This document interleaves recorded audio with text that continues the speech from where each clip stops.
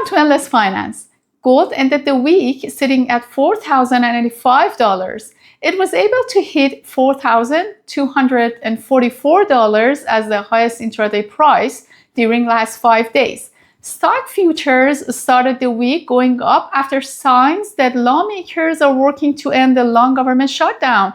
On Sunday, the Senate moved forward on a bill to fund the government through January 30th, but it still needs approval from the House and President Trump. Stock futures were pushed down in next days after Federal Reserve officials signals caution on rate cuts, raising doubts about a December easing. Investors worry about the stretched valuations, putting the Nasdaq on track for a second straight week of losses. The VIX also, Wall Street's fear gauge, rose to 22.26 during the week. Fed officials stressed restrictive policy to fight inflation, cutting expectations for a December rate cut fell under 50%. The end of the 43-day U.S. government shutdown left gaps in economic data, fueling uncertainty about jobs and inflation. But ADP reported that U.S. private payrolls fell by 11,250 in the week ending October 25, down from a gain of 14,250 the previous week. This marks the lowest weekly change on record for 2025, while the previous week was the highest. On average, weekly job changes this year have been around 1,500. United States said on Thursday it will lift tariffs on certain foods and other imports from Argentina, Ecuador, Guatemala, and El Salvador as part of a new framework agreement aimed at expanding market access for U.S. companies. Under the agreement, Argentina will offer preferential access for a variety of U.S. exports, including medicine, chemicals, machinery, and numerous agricultural products. Ecuador will lower or eliminate several tariff barriers on key products. It will also completely remove a variable tariff on many agricultural products previously imposed under a different system. The White House says in the coming weeks, the countries will work on finalizing the deal so the leaders can put pen to paper.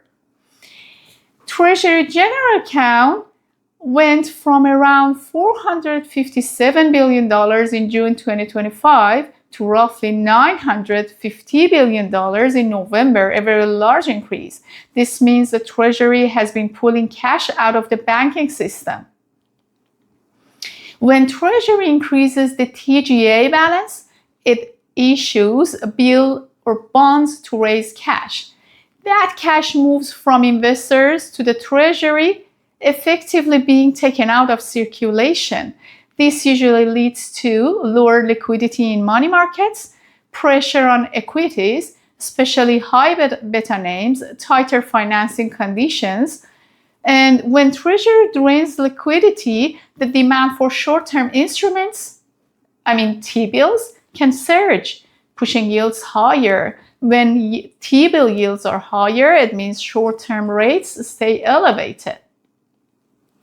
Trump was recently briefed on updated military options for Venezuela, including possible land strikes. The U.S. has announced Operation Southern Spear, described as targeting narco-terrorists in the Western Hemisphere, and forces have been deployed to the Caribbean near Venezuelan waters.